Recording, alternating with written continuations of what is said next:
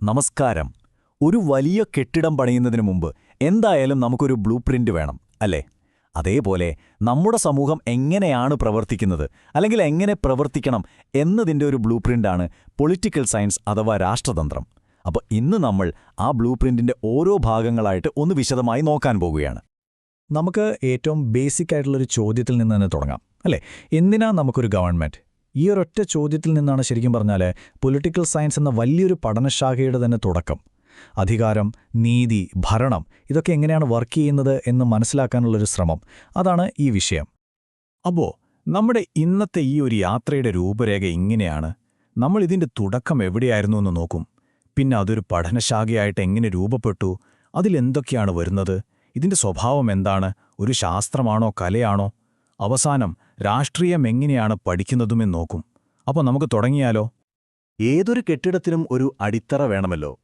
നമ്മുടെ രാഷ്ട്രതന്ത്രം എന്ന ഈ വിഷയത്തിന്റെ അടിത്തറ പാകിയത് പുരാതന ഗ്രീസിലാണ്. അവിടുത്തെ രണ്ട് പ്രധാന ശില്പികളായിരുന്നു പ്ലേറ്റോയും അരിസ്റ്റോട്ടലും. ഇവർ രണ്ടുപേരും തമ്മിലുള്ള പ്രധാന വ്യത്യാസം നിങ്ങൾ നോക്കൂ. പ്ലേറ്റോ എപ്പോഴും ചിന്തിച്ചത് ഒരു ഐഡിയൽ സമൂഹത്തെക്കുറിച്ചായിരുന്നു. എങ്ങനെയായിരിക്കണം ഏറ്റവും മികച്ച സമൂഹം, അതിനൊരു ഫിലോസഫർ കിങ് വേണം എന്നൊക്കെ അദ്ദേഹം റിപ്പബ്ലിക്കിൽ പറഞ്ഞു. പക്ഷേ അദ്ദേഹത്തിന്റെ ശിഷ്യനായ അരിസ്റ്റോട്ടിൽ ചെയ്തത് നേരെ തിരിച്ചാണ്. അദ്ദേഹം ചുറ്റും നോക്കി, നിലവിലുള്ള 158 സിറ്റി സ്റ്റേറ്റുകളെ എടുത്തു പഠിച്ചു, അവയെ തരംതിരിച്ചു. അതായത് ഒരാൾ എന്തായിരിക്കണം എന്ന് ചോദിച്ചപ്പോൾ മറ്റേയാൾ എന്താണ് എന്ന് പഠിച്ചു. ഇതാണ് ആ വ്യത്യാസം. അരിസ്റ്റോട്ടലിന്റെ ഏറ്റവും ഫേമസ് ആയിട്ടുള്ളൊരു കോട്ടാണിത്. മനുഷ്യൻ സ്വഭാവത്താൽ ഒരു രാഷ്ട്രീയ ജീവിയാണ്. എന്താണ് അതിൻ്റെ അർത്ഥം? സിമ്പിളായി പറഞ്ഞാൽ, രാഷ്ട്രീയം എന്ന് പറയുന്നത് നമ്മുടെ ജീവിതത്തിൽ നിന്ന് മാറ്റി നിർത്താൻ പറ്റുന്ന ഒന്നല്ല. ഒരു സമൂഹമായി ജീവിക്കുക, നിയമങ്ങളുണ്ടാക്കുക, ഒരുമിച്ച് തീരുമാനങ്ങളെടുക്കുക, ഇതൊക്കെ മനുഷ്യന്റെ ഒരു ബേസിക് സ്വഭാവമാണ്. അതാണ് അദ്ദേഹം ഉദ്ദേശിച്ചത്. ഓക്കെ, അപ്പോൾ ആ ഗ്രീക്കുകാർ ഇട്ട അടിത്തറയിൽ നിന്ന് നൂറ്റാണ്ടുകൾ കൊണ്ട് ഈ കെട്ടിടം എങ്ങനെയാണ് പണിതുയർത്തിയത് എന്ന് നമുക്ക് നോക്കാം.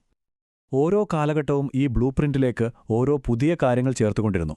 ഇപ്പോൾ നോക്കൂ, മധ്യകാലഘട്ടത്തിൽ തോമസ് അക്വിനാസ് വന്നു.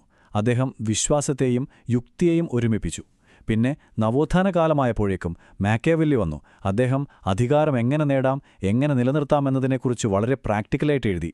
അതിനുശേഷം വന്ന് ജ്ഞാനോദയ കാലഘട്ടമാണ് ശരിക്കും ഒരു വഴിത്തിരിവായത്. അപ്പോഴാണ് ആധുനിക ജനാധിപത്യ ആശയങ്ങൾ വരുന്നത്. അങ്ങനെ ഒടുവിൽ 19-ാം നൂറ്റാണ്ടായപ്പോഴേക്കും ഇതൊരു പ്രത്യേക പഠനവിഷയമായി യൂണിവേഴ്സിറ്റികളിൽ പഠിപ്പിക്കാൻ തുടങ്ങി. ഈ സോഷ്യൽ കോൺട്രാക്ട് തിയറി അഥവാ സാമൂഹിക ഉടമ്പടി, അത് ശരിക്കും ഒരു വിപ്ലവകരമായ ഐഡിയ ആയിരുന്നു. കാരണം അതുവരെ ആളുകൾ വിശ്വസിച്ചിരുന്നു എന്താ, രാജാവിന് അധികാരം കിട്ടിയത് ദൈവത്തിൽ നിന്നാണ് എന്നൊക്കെയാണ്. പക്ഷേ ഈ തിയറി പറഞ്ഞു, അതൊന്നുമല്ല. ഗവൺമെന്റ് എന്ന് പറയുന്നത് നമ്മൾ, അതായത് ജനങ്ങൾ, നമ്മുടെ അവകാശങ്ങളും സുരക്ഷയും ഉറപ്പാക്കാൻ വേണ്ടി ഉണ്ടാക്കുന്ന ഒരു എഗ്രിമെന്റ് മാത്രമാണ്. ഈ ഒരൊറ്റ ചിന്തയാണ് ആധുനിക ജനാധിപത്യത്തിന്റെ തന്നെ അടിത്തറ. 1903 ഈ വർഷം വളരെ പ്രധാനപ്പെട്ടതാണ്. കാരണം അമേരിക്കൻ പൊളിറ്റിക്കൽ സയൻസ് അസോസിയേഷൻ രൂപീകരിച്ചത് ഈ വർഷമാണ്. ഇതോടെ പൊളിറ്റിക്കൽ സയൻസ് ലോകമെമ്പാടുമുള്ള യൂണിവേഴ്സിറ്റികളിൽ ഒരു ഒഫീഷ്യൽ പ്രത്യേക പഠനശാഖയായിട്ട് അംഗീകരിക്കപ്പെട്ടു. ശരി, അപ്പോൾ ഒരു പൊളിറ്റിക്കൽ സയന്റിസ്റ്റ് ശരിക്കും എന്താണ് പഠിക്കുന്നത്? നമുക്ക് നമ്മുടെ ഈ കെട്ടിടത്തിന്റെ ഫ്ലോർ പ്ലാൻ ഒന്ന് നോക്കാം. ഒരു വീടിന് ബെഡ്റൂം, കിച്ചൺ എന്നൊക്കെ പറഞ്ഞ് പല മുറികളില്ലേ? അതുപോലെ തന്നെയാണ് പൊളിറ്റിക്കൽ സയൻസും. ഇതിനും പല ഉപവിഭാഗങ്ങളുണ്ട്. നമ്മൾ പലരും വിചാരിച്ചിരിക്കുന്നത് രാഷ്ട്രീയമെന്ന് പറഞ്ഞാൽ തെരഞ്ഞെടുപ്പും പത്രത്തിലെ തലക്കെട്ടുകളും കുറച്ച് നേതാക്കന്മാരുമൊക്കെയാണെന്നാണ്. പക്ഷെ സത്യം പറഞ്ഞാൽ അതാ മഞ്ഞുമലയുടെ ഒരു തുമ്പ് മാത്രമാണ്. ഇതിന്റെ ലോകം അതിലും എത്രയോ വലുതാണ്. അപ്പോൾ ഇതാണ് പ്രധാനപ്പെട്ട മുറികൾ. പൊളിറ്റിക്കൽ തിയറി എന്ന് പറഞ്ഞാൽ നീതി, സ്വാതന്ത്ര്യം, സമത്വം പോലെയുള്ള വലിയ വലിയ ആശയങ്ങളെക്കുറിച്ചുള്ള പഠനമാണ്. പിന്നെ കമ്പാരിറ്റീവ് പൊളിറ്റിക്സ്, അതെന്താ ചെയ്യുന്നത്?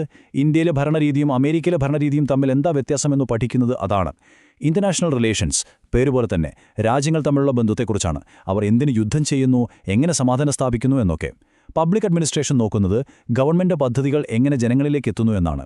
ഈ പറഞ്ഞ എല്ലാത്തിനെയും ഡേറ്റയും സ്റ്റാറ്റിസ്റ്റിക്സും ഉപയോഗിച്ച് പഠിക്കുന്ന ബ്രാഞ്ചാണ് പൊളിറ്റിക്കൽ മെത്തഡോളജി. ഇനി നമുക്കൊരു പ്രധാനപ്പെട്ട ചോദ്യത്തിലേക്ക് വരാം.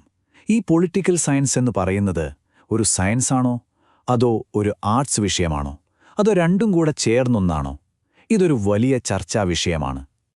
അതെ, ഇതാണ് കാതലായ ചോദ്യം. ഇതൊരു സയൻസാണോ? കാരണം ഫിസിക്സിലോ കെമിസ്ട്രിയിലോ ഉള്ളതുപോലെ കൃത്യമായ, എപ്പോഴും ശരിയാവുന്ന നിയമങ്ങൾ മനുഷ്യന്മാരുടെ കാര്യത്തിൽ നമുക്ക് കണ്ടെത്താൻ പറ്റുമോ? അവരുടെ രാഷ്ട്രീയ സ്വഭാവം അത്ര പ്രെഡിക്റ്റബിൾ ആണോ? സത്യം പറഞ്ഞാൽ പൊളിറ്റിക്കൽ സയൻസിലെ ഈ രണ്ട് വശങ്ങളുമുണ്ട്. ഒരു വശത്ത് ഒരു ശാസ്ത്രജ്ഞനെപ്പോലെ ഡാറ്റയും തെളിവുകളും വെച്ച് എന്താണ് യാഥാർത്ഥ്യമെന്ന് പഠിക്കുന്നു, അതായത് വാട്ട് ഈസ്. മറുവശത്ത് ഒരു തത്വചിന്തകനെപ്പോലെ സമൂഹം എങ്ങനെയായിരിക്കണം, വാട്ട് ഓട്ട് ടു ബി എന്നും ചിന്തിക്കുന്നു. അപ്പോൾ ഇത് യാഥാർത്ഥ്യത്തെയും ആദർശത്തെയും ഒരുമിപ്പിക്കുന്ന ഒന്നാണ്. ഇതിന്റെ മറ്റൊരു രസകരമായ കാര്യമെന്താണെന്ന് വെച്ചാൽ, ഇത് ഒറ്റയ്ക്ക് നിൽക്കുന്ന ഒരു വിഷയമല്ല. പല വിഷയങ്ങളിൽ നിന്നും ഇത് ആശയങ്ങൾ കടമെടുക്കുന്നുണ്ട്. പൊളിറ്റിക്സ് ശരിക്കും മനസ്സിലാക്കണമെങ്കിൽ നമുക്ക് കുറച്ച് സോഷ്യോളജി അറിയണം, എക്കണോമിക്സ് അറിയണം, ചരിത്രം അറിയണം, എന്തിനേറെ കുറച്ച് സൈക്കോളജി പോലും അറിയേണ്ടി വരും. അപ്പോൾ ഈ വിഷയം കാലത്തിനനുസരിച്ച് മാറിയതുപോലെ തന്നെ അത് പഠിക്കാനുള്ള രീതികളും അല്ലെങ്കിൽ അതിന്റെ പണിയായുധങ്ങളും മാറിയിട്ടുണ്ട്. നമുക്ക് ആ ടൂൾ കിറ്റ് ഒന്ന് നോക്കാം. തുടക്കത്തിലൊക്കെ പൊളിറ്റിക്കൽ സയൻസ് പഠനമെന്ന് പറഞ്ഞാൽ കൂടുതലും ഭരണഘടന, നിയമങ്ങൾ, പാർലമെന്റ് പോലുള്ള സ്ഥാപനങ്ങളെക്കുറിച്ചായിരുന്നു. ഇതിനെയാണ് നമ്മൾ ട്രഡീഷണൽ അപ്രോച്ച് എന്ന് പറയുന്നത്. പക്ഷേ 20-ാം നൂറ്റാണ്ടിൽ ഒരു വലിയ മാറ്റം വന്നു. ആളുകൾ പറഞ്ഞു, ഈ സ്ഥാപനങ്ങളെ മാത്രം പഠിച്ചാൽ പോരാ, മനുഷ്യരുടെ പെരുമാറ്റത്തെപ്പറ്റി പഠിക്കണം. എന്തിനാണ് ആളുകൾ ഒരു പ്രത്യേക പാർട്ടിക്ക് വോട്ട് ചെയ്യുന്നത്? ഇതൊക്കെ ശാസ്ത്രീയമായി പഠിക്കാൻ തുടങ്ങി. അതാണ് ബിഹേവിയറൽ അപ്രോച്ച്. എന്നാൽ പിന്നീട് ഈ ഡാറ്റയും കണക്കുകളും മാത്രം പോരാ, നമ്മുടെ പഠനങ്ങൾ സമൂഹത്തിന് ഉപകാരപ്പെടണം, ഒരു പ്രസക്തി വേണം എന്നൊരു ചിന്ത വന്നു. അതാണ് പോസ്റ്റ് ബിഹേവിയറൽ അപ്രോച്ച്. ഈ ബിഹേവിയറലിസം എന്ന് പറയുന്നത് ഒരു വിപ്ലവം തന്നെയായിരുന്നു. അതോടെ പൊളിറ്റിക്കൽ സയൻസ് പഠനം വെറും ഊഹങ്ങളിൽ നിന്നും തത്വചിന്തകളിൽ നിന്നും മാറി ഡേറ്റയുടെയും തെളിവുകളുടെയും അടിസ്ഥാനത്തിലേക്ക് വന്നു. സർവേകളും സ്റ്റാറ്റിസ്റ്റിക്സും വോട്ടിംഗ് പാറ്റേൺ അനാലിസിസും ഒക്കെ പഠനത്തിന്റെ ഭാഗമായത് ഈ സമയത്താണ്. അപ്പോൾ ചുരുക്കി പറഞ്ഞാൽ എന്താണ് പൊളിറ്റിക്കൽ സയൻസ്? പണ്ട് പ്ലേറ്റോയുടെ തത്വചിന്തകളിൽ നിന്ന് തുടങ്ങി ഇന്ന് സൂപ്പർ കമ്പ്യൂട്ടറുകളിലെ ഡാറ്റ അനാലിസിസ് വരെ എത്തി നിൽക്കുന്ന, എപ്പോഴും മാറിക്കൊണ്ടിരിക്കുന്ന, വളർന്നുകൊണ്ടിരിക്കുന്ന ഒരു പഠനമേഖലയാണിത്. ഒരു മനുഷ്യ സമൂഹത്തെ ഒരുമിച്ച് നിർത്തുന്നത് എന്താണ്? അവിടുത്തെ നിയമങ്ങൾ, അധികാരം, നീതി, ഇതിനെയെല്ലാം കുറിച്ചുള്ള ഒരു അന്വേഷണമാണ് രാഷ്ട്രതന്ത്രം. അപ്പോൾ നമ്മൾ അവസാനിപ്പിക്കുന്നത് ഈ ഒരു ചോദ്യം നിങ്ങൾക്കായി തന്നിട്ടാണ്. രാഷ്ട്രീയമെന്ന് പറയുന്നത് അടിസ്ഥാനപരമായി മനുഷ്യരെക്കുറിച്ചാണ്. അവരുടെ വികാരങ്ങൾ, വിശ്വാസങ്ങൾ, പ്രവചിക്കാൻ പറ്റാത്ത പെരുമാറ്റങ്ങൾ, ഇവയെക്കുറിച്ചൊക്കെയാണ്. അങ്ങനെയുള്ള ഒന്നിനെ എപ്പോഴെങ്കിലും ഒരു ഫിസിക്സ് പോലെയോ കെമിസ്ട്രി പോലെയോ 100% കൃത്യതയുള്ള ഒരു ശാസ്ത്രമാക്കി മാറ്റാൻ നമുക്ക് സാധിക്കുമോ? ഇതൊന്ന് ആലോചിച്ചു നോക്കൂ. നമുക്ക് അടുത്ത തവണ കാണാം.